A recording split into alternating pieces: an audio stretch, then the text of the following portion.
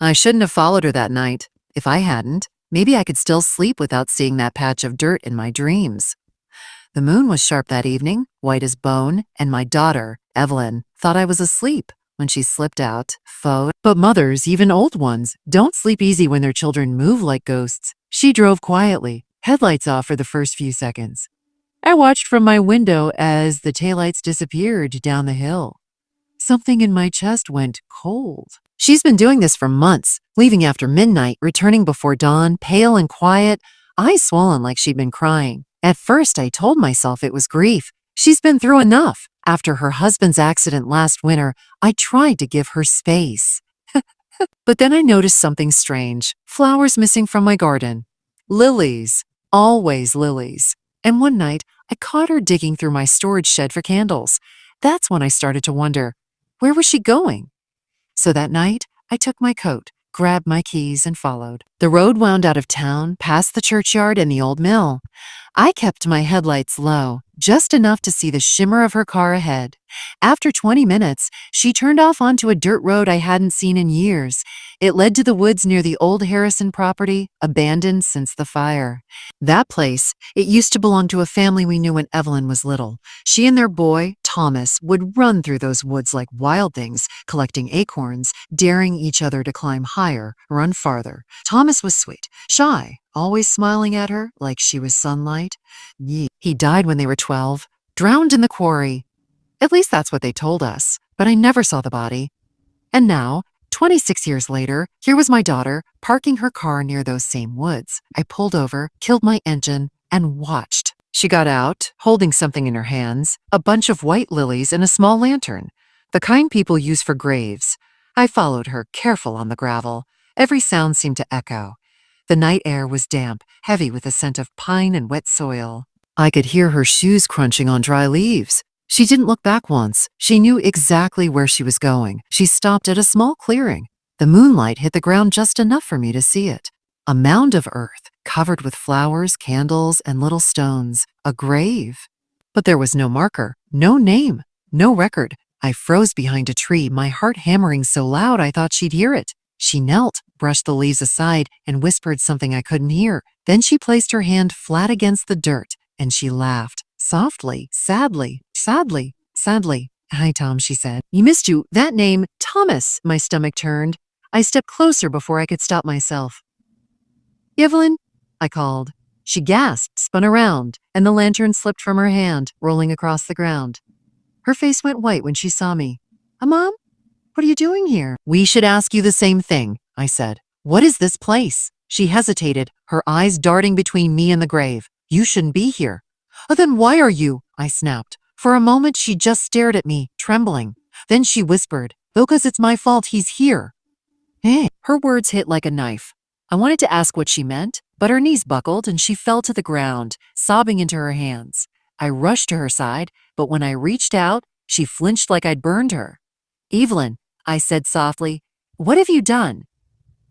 She looked up at me with eyes I hardly recognized, dark, hollow, older than her years. You wouldn't understand. Try me. She shook her head, gripping the edge of the mound. He come here because he deserves to be remembered. No one else will. Not after what they did to him. What they did? I echoed. She didn't answer. She just kept whispering his name over and over until it broke into sob. I pushed him. The woods seemed to swallow the sound of her words. He fell, she whispered. He hit the rocks by the creek. He wasn't breathing. I felt sick. Oh my God, Evelyn, it didn't mean to hurt him, she cried. I ran for help, but no one was around. It was dark and he was just still. I panicked. I thought they'd think I killed him on purpose. She turned to me, eyes wild, voice small and broken. So I dragged him here. I dug all night. I used my hands, a stick, anything I could find. I just wanted to hide it until I could think. But by morning, I couldn't move him anymore. So I covered him up and went home. Her words blurred together like a nightmare I couldn't wake from. I couldn't breathe. The air felt heavy, like the earth itself was listening. But the police? I whispered. They searched everywhere. She nodded. They never looked here. They stopped at the point that said it was an accident. Everyone believed it. You did too. She looked at me with something between shame and defiance. I tried to tell you once. Remember by the oak tree? You told me to stop talking to ghosts, so I did. I closed my eyes. I remembered that day, the way she'd looked at me with those wide, haunted eyes. I'd brushed it off, thinking she needed time to heal. I didn't know what she was trying to confess. And now, years later, here we were. I felt old. Not in the way bones ache or hands shake, but in a deeper way. The kind that seeps into your heart when you realize there are things you never saw, never protected your child from. I looked at her, really looked, and saw the weight she'd been carrying all these years. The sleepless nights, the sadness she never named, the way she flinched when people mentioned the past. Why now? I asked quietly. Why keep coming back here after all this time? She swallowed hard. Because someone else knows. Those words chilled me straight through. What? Well, I started getting notes last spring, she said.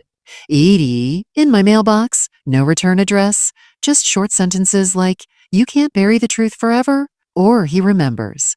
She took out a folded paper from her pocket, handed it to me. I opened it with shaking fingers. The handwriting was messy, smudged, but clear enough to read.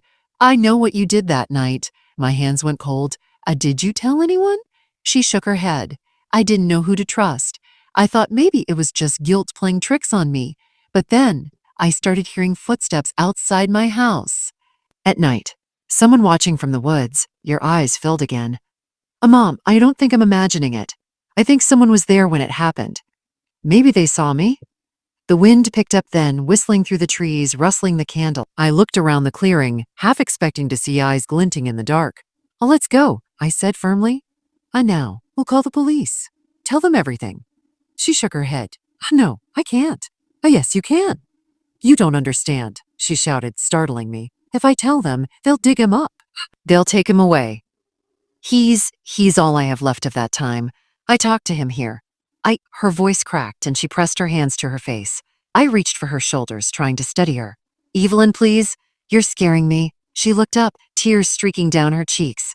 He talks back, Mom. The silence that followed was heavier than anything I'd ever felt. What? When I come here, when it's quiet, I can hear him, in my head. Sometimes in my dreams, he tells me not to tell anyone, that he forgives me, that he's still waiting. My stomach twists. Evelyn, sweetheart, you're not hearing him. You're remembering him. That's grief, not. Don't patronize me, she snapped. You think I don't know what's real? Her voice broke halfway through the sentence. She backed away from me, shaking her head. I know he's dead, she said. But sometimes when the wind moves through these trees, I swear I can hear his voice. She pointed to the grave. That's why I keep coming. To make sure he doesn't feel forgotten, we stood there for what felt like hours. Two women trapped between past and present, between truth and madness. I didn't know what to believe anymore. The night grew colder. The candles were nearly out. I wanted to take her home, to make her sleep, eat, anything normal. But I could tell she wasn't leaving without saying goodbye. She knelt again, whispered something I couldn't hear. Then she stood, brushed the dirt from her jeans, and turned to me. I'm sorry, she said quietly, for keeping this from you. Her eyes looked empty. But please, Mom, don't tell anyone. Not yet. I nodded, not because I agreed, but because I didn't know what else to do. We walked back to the car in silence. The forest behind us seemed to breathe. When we reached the road, I turned to take one last look. The grave was hidden in shadow now, but something about the shape of the earth, something about how uneven it looked, caught my attention, like it had been disturbed recently. That night after we got home, I couldn't sleep. Every creak in the house made me sit up. I kept hearing her words in my head. Someone else knows. I got out of bed, went to the kitchen, poured myself a glass of water. And that's when I saw the window. It was open. The romantic, just slightly. I know I hadn't left it that way. The curtains moved with the wind, and for a moment, I thought I saw something. A shadow by the tree line across the yard. I stood there, frozen, the glass trembling in my hand. Then, slowly, I walked to the window and closed it. When I turned around, there was something on the counter, a folded piece of paper. I didn't notice it before. Maybe I'd missed it. Maybe someone put it there. My chest tightened as I unfolded it. Same handwriting, same smudged ink. This one said, "You followed her. You shouldn't have." I don't remember sitting down. One moment I was holding that note in the kitchen. The next I was at the table. The paper spread flat like evidence in a trial. The words stared back at me. You followed her. You shouldn't have. It felt like a cold finger tracing the inside of my spine. Spine. Whoever had written this knew me, knew my daughter, knew where we'd been. I turned the paper over. Blank. No date. No name. Just the smell of damp earth clinging to it. Faint, but there. I sat for a long time, the refrigerator humming behind me, thinking about everything Evelyn had confessed. And about the boy, Thomas, his shy smile, the way he used to leave little drawings for Evelyn on our porch, the kind of child who apologized for stepping on a worm. I looked at the note again. If someone really had been there that night, 26 years ago, why wait until now? Why start sending threats only after Evelyn began visiting the grave again? The thought made my stomach churn. Upstairs, I could hear Evelyn moving in her old room. She'd insisted on staying the night after our drive back, too shaken to go home. The floor creaked as she paced. I folded the note and slipped it into my robe pocket. Then I went upstairs. Her door was open a crack. She sat on the edge of the bed, hugging a pillow, eyes fixed on the dark window. She looked smaller than she had all night, like the girl she used to be, knees pulled to her chest. It hissed. You couldn't sleep either? I asked softly. She shook her head without looking at me. Every time I close my eyes, I hear him, she whispered. I sat beside her, the mattress sinking. Evelyn, listen to me. We have to tell someone. The police, a lawyer, somebody. This is bigger than us now. Her head snapped toward me. And now, you don't understand. They'll dig him up. They'll take him away. I tried to keep my voice even. Sweetheart, Thomas is already gone. She buried her face in the pillow. You didn't hear him tonight. He asked me not to let them move him. He said he's safe there. My throat tightened. Was she losing herself to guilt, or was there something darker happening here? I reached for her hand. What if the notes aren't from him, Evelyn? Evelyn, if someone is using your guilt to scare you. Her eyes flicked to mine. Then who? I had no answer. Later, when she finally drifted into a restless sleep, I went back downstairs. The house was quiet except for the ticking of the old clock. I laid the note on the table next to the one she'd shown me in the woods, 2 pieces of a puzzle. I turned off the kitchen light and stood at the window. The yard was silver under the moon, the trees at the edge swaying. I could have sworn one shadow shifted against the others, but when I blinked it was gone. I locked every door before I went back to bed. Morning came gray and wet. Evelyn sat at the kitchen table, still in last night's clothes, staring at her coffee like it might reveal an answer. She'd put the notes between us like playing cards. I've been thinking, she said, voice flat. There's only one other person who could know about that night. I felt my chest tighten. Who? She looked up, eyes unreadable. A dad. The word hit me like a stone. She went on. He came looking for me that night. I saw his headlights at the end of the road when I was dragging Thomas. He yelled my name, but I ran. He never said anything after. Just left a month later. What if he followed me? What if he knew and stayed quiet all these years? I remembered that time vividly. His sudden business trips, his distracted eyes, the way our marriage had begun to splinter. I'd told myself he left because of me, because of the affairs, because he couldn't handle the grief in the house anymore. But what if Evelyn was right? I don't know, I said slowly. If he knew, why send notes now? She shrugged. Eyes wet? Maybe he thinks I'm telling someone. Maybe he's trying to scare me into silence. The idea twisted my stomach. Another thought rose behind it, colder still. If it wasn't him, then who? I made us both eat something, though neither of us tasted it. Around noon, I told her, I'm going out for a bit. I want to look at something. She didn't ask where. Maybe she was too tired. I drove back out to the old Harrison property, parking a little farther away this time. The woods smelled different in daylight. Wet leaves, moss, the faint sweetness of pine sap. Birds darted overhead, their calls thin and sharp. I walked the same path Evelyn had taken. The clearing looked smaller now, less like a grave and more like a secret garden. Flowers, stones, melted wax. But the mound was definitely disturbed. Fresh soil darker than the rest. Kneeling, I touched the earth.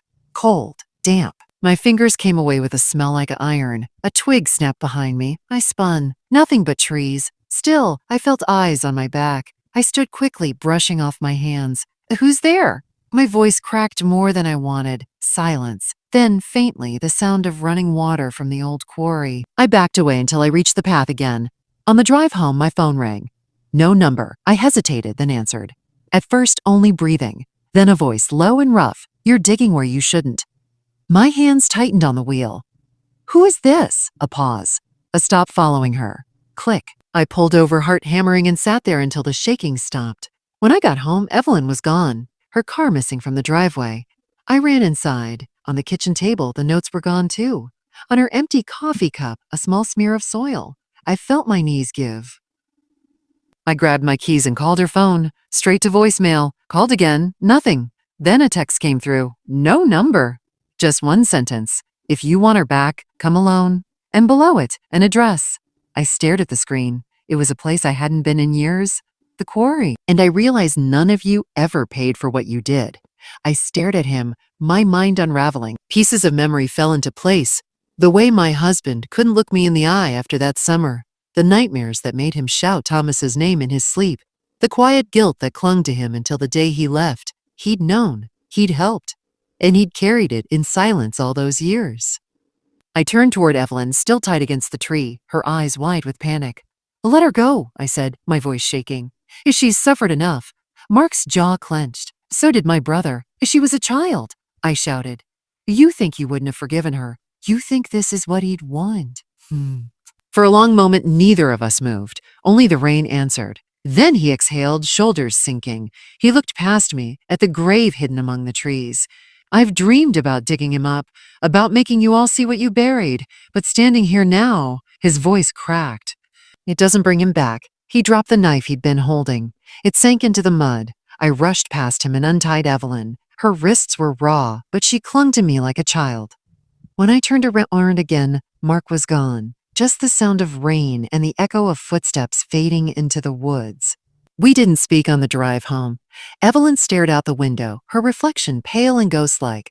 I kept my hands steady on the wheel, even as my heart raced. When we finally pulled into the driveway, she whispered, He was telling the truth, wasn't he? I don't know, I said finally.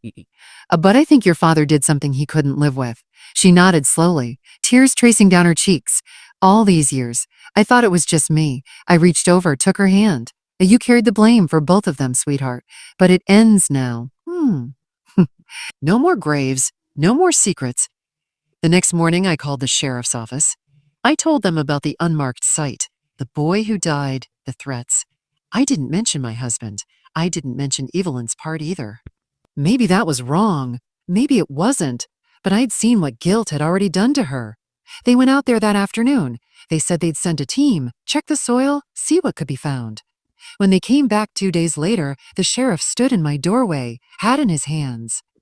Mommy said there was nothing there, no remains, no bones, just some roots, stones, and a lot of disturbed earth. I stared at him, and nothing. He shook his head. If someone was buried there, they're not anymore. My knees nearly buckled. Evelyn was behind me, silent. Are you sure? I asked. As sure as we can be, he said gently. Whatever you thought was there, it's gone. After he left, Evelyn turned to me, her face pale. He took him, she whispered. He took him, she whispered. Mark took him. I didn't know what to say. Maybe she was right. Maybe he moved the body. Or maybe, somehow, there never was one. Maybe the truth was buried somewhere even deeper than that earth. Weeks passed. The house grew quiet again. Evelyn stopped visiting the woods. She started therapy. Sometimes I'd hear her laugh faintly over the phone with her son, small, fragile pieces of life finding their way back. But some nights when the rain hits the windows just right, I still hear her voice from that night echoing in my mind. He says he's not gone. And sometimes, if I'm honest, I hear another one too. A boy's voice, soft and distant, whispering through the trees of memory. Maybe it's just guilt playing tricks. Or maybe the past never really dies. It just waits until someone digs it up. Last week, I got a letter. No return address. The handwriting was the same. Inside was one photograph. It was old, faded around the edges. A picture of 2 children sitting by a creek. Evelyn and Thomas. They were laughing, heads tipped toward each other, sunlight on their faces. On the back, just 5 words, and now he can rest easy. I stared at that photo for a long time. And then for the first time in months, I felt something lift.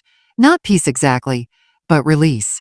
If you're hearing this story, my dear ones, there's something I want you to remember. Families keep secrets, sometimes out of love, sometimes out of fear. Ain't he? But silence doesn't protect anyone. It only buries the truth deeper until someone else has to dig it up. If I've learned anything in this long, messy life, it's that the truth always finds air. And when it does, it hurts, but it also heals.